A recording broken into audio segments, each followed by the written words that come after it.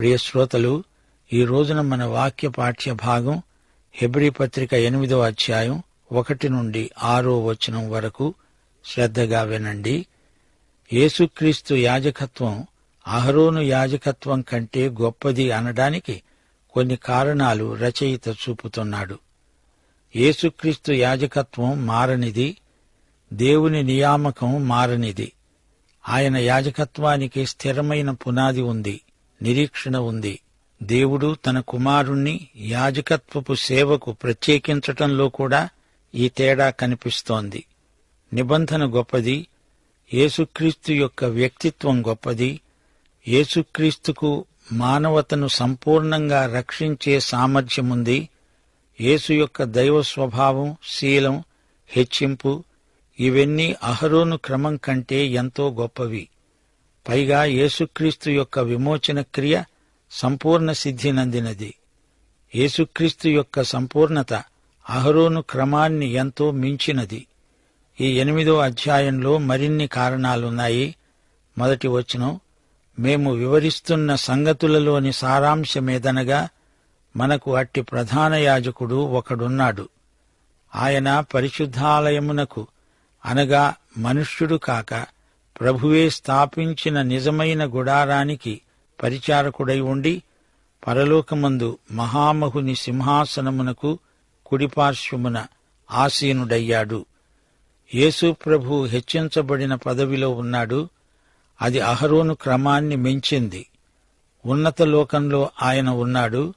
యేసుక్రీస్తు ఆకాశమండలము కంటే మిక్కిలి హెచ్చైనవాడు. ఆయన సాక్షాత్తు పరలోకంలో పరిశుద్ధాలయంలో యాజకుడుగా పరిచర్య చేస్తున్నాడు. గనుక ఆయన యాజక ధర్మం అన్నిటికంటే శ్రేష్టమైనది. పాత నిబంధన యాజకులంతా ఆ పరలోక దేవాలయానికి సూచకప్రాయమై ఉన్న ఆలయంలో మాత్రమే పరిచర్య చేశారు. ఇది నీడ, అది నిజస్వరూపం. ఇది అది ఈ రెండిటి మధ్య ఉన్న అంతరం ఎంతో మనం తెలుసుకోవాలి. వాటి స్థలం, పనులు, ఫలితాలు పోల్చి చూస్తే ఆధ్యాత్మికమే మొదటిది, దాని ఛాయే ఇది అని తేలిపోతుంది. యేసు చేస్తున్న సేవ నిజమైనది, మానవుడు కాదు, ప్రభువే స్థాపించింది. అది పరలోకాలయం. ప్రవక్తలు దర్శనాల్లో చూచారు. 29వ దావీదు కీర్తన, యెహోవా స్వరం అగ్నిజ్వాలలను ప్రజ్వలింపచేస్తుంది. ఆయన ప్రళయ జలముపై ఆసీనుడై ఉన్నాడు. ఆయన సింహాసనాసీనుడు. ప్రతిష్ఠితములైన ఆభరణములు ధరించుకుని ఆయన ఎదుట సాగిలపడండి. 1 రాజులు 22వ అధ్యాయం 19వ వచనంలో మికాయా అన్నాడు, యెహోవా సింహాసనాసీనుడై ఉండగా పరలోక సైన్యమంతా ఆయన కుడిపార్శ్వమున ఎడమ పార్శ్వమున నిలిచి ఉండడం నేను చూచాను. యెషయా గ్రంథం 6వ అధ్యాయంలోని దర్శనం. అత్యున్నతమైన సింహాసనమందు ప్రభువు ఆసీనుడై ఉన్నాడు. పరలోకమందు గాన ప్రతిగానాలు, పరిశుద్ధ నినాదాలు, పవిత్రమైన నిప్పు కణికలు బలిపీఠం మీద ఉన్నాయి. అక్కడి అగ్ని యొక్క మహాకాంతి, మెరుపు తీగలు, సింహాసనముపై ప్రభువు, కరుగుతున్న ఇత్తడి అగ్ని, ఆయన చుట్టూ మేఘధనుస్సు యొక్క తేజస్సు, అది యెహోవా ప్రభావ స్వరూప దర్శనం. యెహెజ్కేలు 10వ అధ్యాయంలో మరో దర్శనం. ఆకాశమండలములో నీలకాంతమయమైన సింహాసనం, యెహోవా మహిమ, సర్వశక్తుని తేజో మహిమ. కీర్తనలు 11 వచనం 4. యెహోవా తన పరిశుద్ధాలయములో ఉన్నాడు. యెహోవా సింహాసనము ఆకాశమందున్నది. మీకా గ్రంథం 1వ అధ్యాయం 2వ వచనం, పరిశుద్ధాలయములో నుండి ప్రభువు మీ మీద సాక్ష్యము పలకబోతున్నాడు. హబక్కూకు 2వ అధ్యాయం 20వ వచనం, యెహోవా తన పరిశుద్ధ ఆలయములో ఉన్నాడు. ఆయన సన్నిధిని లోకమంతా మౌనముగా ఉండునుగాక. ప్రకటన 21, 22లోని పరిశుద్ధ పట్టణాన్ని చూడండి. దానిలో ఏ దేవాలయమూ నాకు కనపడలేదు. సర్వాధికారి అయిన దేవుడగు ప్రభువు, గొర్రెపిల్ల దానికి ఆలయమై ఉన్నారు. అలాగే ఇక్కడ హెబ్రీ పత్రికలో నిజమైన గుడారం పరలోకంలో ఉంది, అందులో మన ప్రధాన యాజకుడున్నాడు అని చెప్పబడింది. నిత్యత్వమందలి ఆధ్యాత్మిక వాస్తవాలు మాతృక. దానికి దృశ్యమానమైన ఈ గుడి నీడ, ప్రతిఫలకం, ప్రతిబింబం, ప్రతిధ్వని. ప్రభువే స్థాపించినది పరలోక గుడారం. ఇదేమో మనుషుల ద్వారా స్థాపించబడింది. యెషయా గ్రంథం 42 అధ్యాయం 5వ వచనం, ఆకాశములను సృజించి వాటిని విశాలపరచి భూమిని అందులో పుట్టిన సమస్తమును పరిచి దానిమీద ఉన్న జనులకు ప్రాణమును దానిలో నడిచేవారికి జీవాత్మను ఇస్తున్న దేవుడైన యెహోవా. హెబ్రీ పత్రిక 8వ అధ్యాయం 3-4 వచనాలు, ప్రతి ప్రధాన యాజకుడు అర్పణలను బలులను అర్పించటానికి నియమించబడతాడు. అందుచేత అర్పించటానికి ఈయనకు ఏమైనా ఉండడం అవశ్యం. ధర్మశాస్త్ర ప్రకారం అర్పణలు అర్పిస్తున్నారు గనుక ఈయన భూమి మీద ఉన్న ఎడల యాజకుడై ఉండడు. ఇప్పుడు యేసుక్రీస్తు ప్రధాన యాజక పరిచర్య ఇక్కడిది కాదు, అది పరలోకములోనిది.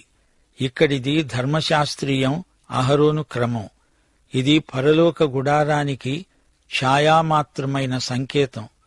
యేసుక్రీస్తు బలి అంటే ఆయనే, ప్రాయశ్చిత్త బలి.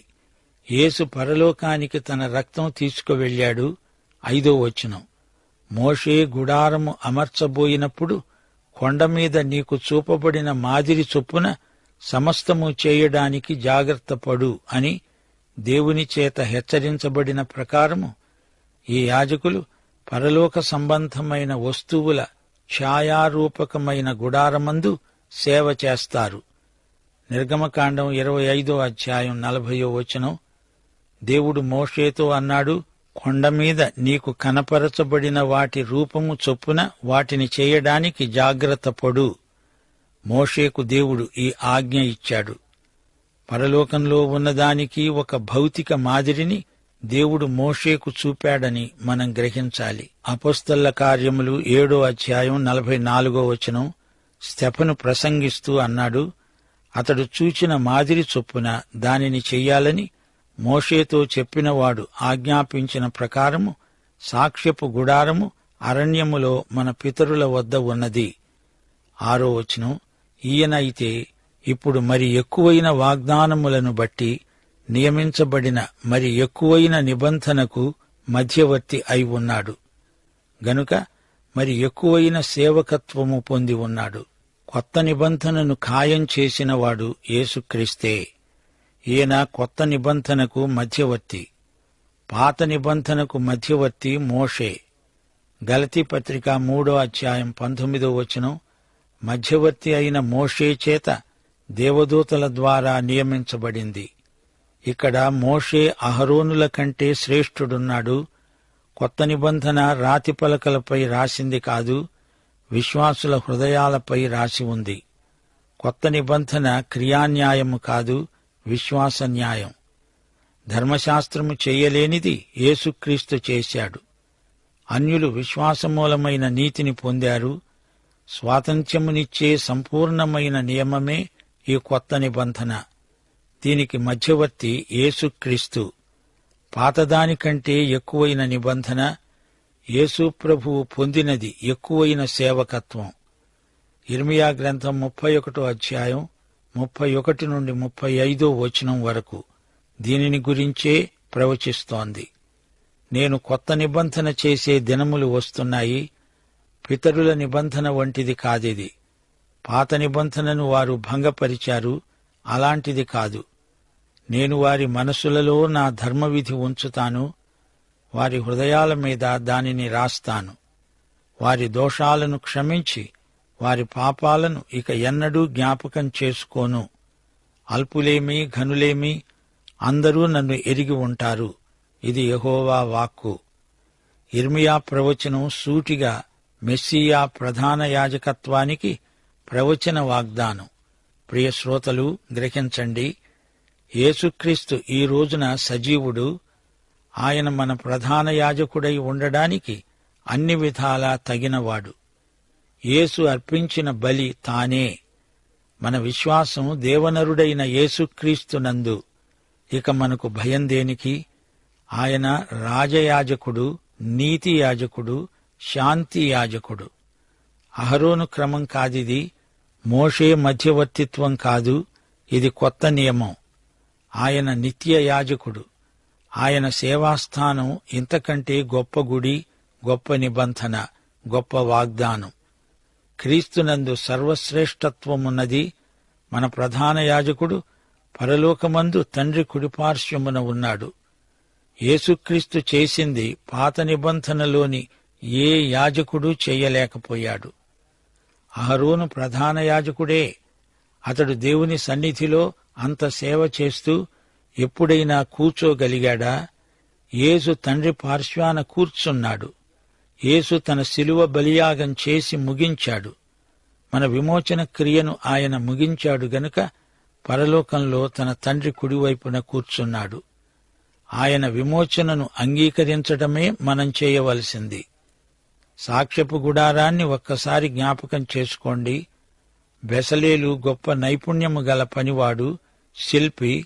గుడారంలో అతడెన్నో వస్తువులు చేశాడు. పరిశుద్ధాత్మ అతణ్ణి నడిపించినా అదంతా మానవుని చేతి పని మాత్రమే. అయితే పరలోకంలో ఆయన స్వయంగా స్థాపించుకున్న గర్భగుడి, ఆయన సేవకత్వం కూడా అపూర్వమైనది. యెరూషలేములో పౌలు ఇది రాస్తున్నప్పుడు ఇంకా పాత నిబంధన తరహా ఆలయమున్నది. యాజకులు బలులు అర్పిస్తున్నారు.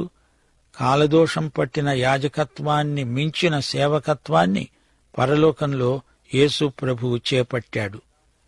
అరణ్యంలో గుడారం నిర్మించవలసిందని దేవుడు మోషేకు ఆజ్ఞాపించాడు. పరలోకంలో ఉన్న మాదిరిని అనుసరించి గుడారం నిర్మించు అన్నాడు దేవుడు. ఈ మాదిరి యేసుక్రీస్తే. గుడారంలోని ప్రతి వస్తువు యేసుక్రీస్తునే తలపింపచేస్తుంది. సాక్ష్యపు గుడారము అంటే ఆరాధన గుడారం. ప్రక్కలలో అడ్డుతెరలు, బంగారముతో తాపటం చేయబడిన ఆరాధన సాధనాలు. 30 మూరల పొడవు, 10 మూరల వెడల్పు. ముఖ్యమైన విభాగాలు అందులో 2 ఉన్నాయి. మొదటిది పరిశుద్ధ స్థలం. అందులో 3 వస్తువులున్నాయి. బంగారు దీపవృక్షం, బంగారు సముఖపు బల్ల, బంగారు బలిపీఠం, సువర్ణ ధూపార్తి. దీపవృక్షం యేసుక్రీస్తుకు సంకేతం. యేసే లోకానికి వెలుగు. సముఖపు రొట్టెబల్ల యేసే జీవాహారమని చాటుతుంది. బంగారు ధూపవేదిక మన కోసం విజ్ఞాపన చేసే యేసుకు ముందు గుర్తు. సంవత్సరానికి ఒకసారి ప్రాయశ్చిత్త దినాన ప్రధాన యాజకుడు అతి పరిశుద్ధ స్థలంలోకి వెడతాడు. తెరదాటి లోపలికి వెడతాడు. అది అతి పరిశుద్ధ స్థలం. అందులో నిబంధన మందసం ఉంటుంది. అది చెక్కతో చేయబడిన ఒక పెట్టె ఆకారంలో ఉంటుంది. దానికి లోపల వెలపల బంగారం తాపటం చేయబడి ఉంటుంది. దశాజ్ఞలు రాయబడిన పలకలు అందులో ఉంటాయి. మన్నా పాత్ర కూడా అందులో ఉంది. చిగిరించిన అహరోను కర్ర ఉంది. దశాజ్ఞలు ఏమి సూచిస్తాయి? యేసు ప్రభువు దశాజ్ఞలను నెరవేర్చడానికి వచ్చాడు. ధర్మశాస్త్రమంతటినీ నెరవేర్చాడు. ధర్మశాస్త్రమంతా, అందులో ఒక్క పొల్లు కూడా పోనీయకుండా అంతా తూచా తప్పకుండా ఆయన నెరవేర్చాడు. మన్నా పాత్ర ఏమి బోధిస్తోంది? యేసు ప్రభువే మనకు ఈ రోజున జీవాహారం. చిగిర్చిన అహరోను కర్ర యేసు ప్రభువు పునరుత్థానాన్ని చూపుతోంది. నిబంధన మందసానికి పైగా కరుణాపీఠమున్నది. దానిపైగా 2 బంగారు కెరూబులు. సంవత్సరానికి ఒకసారి ప్రధాన యాజకుడు వచ్చి కరుణాపీఠం మీద రక్తం ప్రోక్షిస్తాడు. కరుణాపీఠం దేవుడుండే స్థలం.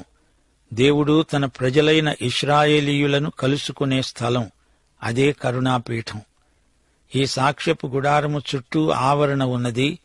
చుట్టూరా నార తెర. అది 100 మూరల పొడవు, 50 మూరల వెడల్పు. వెలుపటి ఆవరణలో 2 ముఖ్యమైన వస్తువులున్నాయి. ఒకటి ఇత్తడి బలిపీఠం. అక్కడే జంతు బలులు అర్పించబడతాయి. పాప సమస్య అక్కడే పరిష్కరించబడుతుంది. అక్కడే ఇత్తడి గంగాళమొకటి ఉంది. యాజకులు అక్కడే కడుక్కుంటారు. విశ్వాసులు కూడా పాపం చేయవచ్చు. అలాంటప్పుడు వారికి కూడా శుద్ధి కావాలి గదా. పరిశుద్ధ స్థలంలో యాజకులు సేవ చేస్తారు, ఆరాధిస్తారు. మనం ఆరాధనలో ఏమి చేస్తామో, వాక్యం వింటాము, ప్రార్థన చేస్తాము, ఆయన సన్నిధానంలో ఆయన కాంతిలో నడుస్తాము, ఆయనకు విధేయులమై బ్రతుకుతాము. అయితే అతి పరిశుద్ధ స్థలంలోకి ప్రధాన యాజకుడు మాత్రమే, అదైనా సంవత్సరానికి ఒక్కసారి మాత్రమే ప్రవేశించగలడు. యేసు ప్రభు చనిపోయినప్పుడు మధ్య తెర చినిగిపోయింది. ఈ విధంగా మనందరి కోసం యేసు ప్రభు అతి పరిశుద్ధ స్థలానికి మార్గం ఏర్పరిచాడు. దేవుని సన్నిధిలోకి మనకు ఈ విధంగా సరళ మార్గం తెరువబడింది. ఇప్పుడు అతి పరిశుద్ధ స్థలం పరలోకానికి ఎత్తబడింది. అది యేసు ఎక్కడున్నాడో అక్కడే ఉంది. ధూపవేదిక, నిబంధన మందసం ఇప్పుడు పరలోకంలో ఉన్నాయి. యేసు ప్రభు అక్కడే ఉన్నాడు అంటే ఇవన్నీ అక్కడికే వెళ్లిపోయాయని భావం. ఇశ్రాయేలీయుల అరణ్యయాత్ర ఎంతో ప్రవచనాత్మకమైన సాహసయాత్ర. శిబిరం కేంద్రంలో గుడారముంది.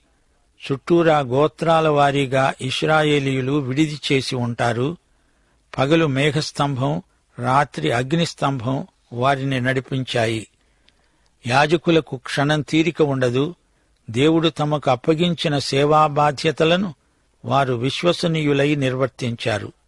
కాని అదంతా నీడ. నిజస్వరూపం క్రీస్తునందున్నది. నిజస్వరూపం పరలోకంలో ఉంది. ఆయన ఈ రోజున నీకోసం నాకోసం విజ్ఞాపన చేస్తున్న ప్రధాన యాజకుడు. సోదరుడా, సోదరి, నీవు క్రీస్తును గురించి ఏమనుకుంటున్నావు? ఆయన నీకు ఎలా కనపడుతున్నాడు? పసిపిల్లల్లాగా ప్రవర్తించకండి. ప్రభువు పాదాల చెంత కూర్చుండి లోతైన దేవుని వాక్య మర్మాలు నేర్చుకోండి. ఆయన సన్నిధిని రోజంతా అనుభవిస్తున్నారా? మనోనేత్రాలు తెరవండి. యేసును గాఢంగా ప్రేమించండి. ఆయన శక్తిని, ఆయన రక్షణ ప్రగతిని, ఆయన గొప్ప ప్రేమను ఆత్మయందు అనుభవించండి. ఆయన మిమ్ములను గురించి ఎంతో శ్రద్ధ తీసుకుంటున్నాడు. చిన్నపిల్ల చేష్టలు మానండి. నీవెక్కడ ఉంటే యేసు అక్కడే ఉంటాడు. జాగ్రత్త. విశ్వాసము లేకుండా దేవునికి ఇష్టులై ఉండడం అసాధ్యం. మరచిపోవద్దు, యేసుక్రీస్తు కొత్త నిబంధనకు మధ్యవర్తి. యేసు గాయాలు, ఆయన రక్తం పరలోకంలో కనపడుతున్నాయి. ఇక్కడి కంటే శ్రేష్టమైన నిబంధన, శ్రేష్టమైన వాగ్దానం పరలోకంలో మనకున్నాయి. కొత్త నిబంధన యేసుక్రీస్తు ద్వారా స్థాపించబడింది. పాఠం ఇంతటితో సమాప్తం. మన ప్రభు అయిన యేసుక్రీస్తు వారి కృప, తండ్రి అయిన దేవుని ప్రేమ, పరిశుద్ధాత్మ యొక్క అన్యోన్య సహవాసము, సమాధానము మనకందరికీ నిత్యత్వము పర్యంతము తోడై ఉండునుగాక. ఆమేన్.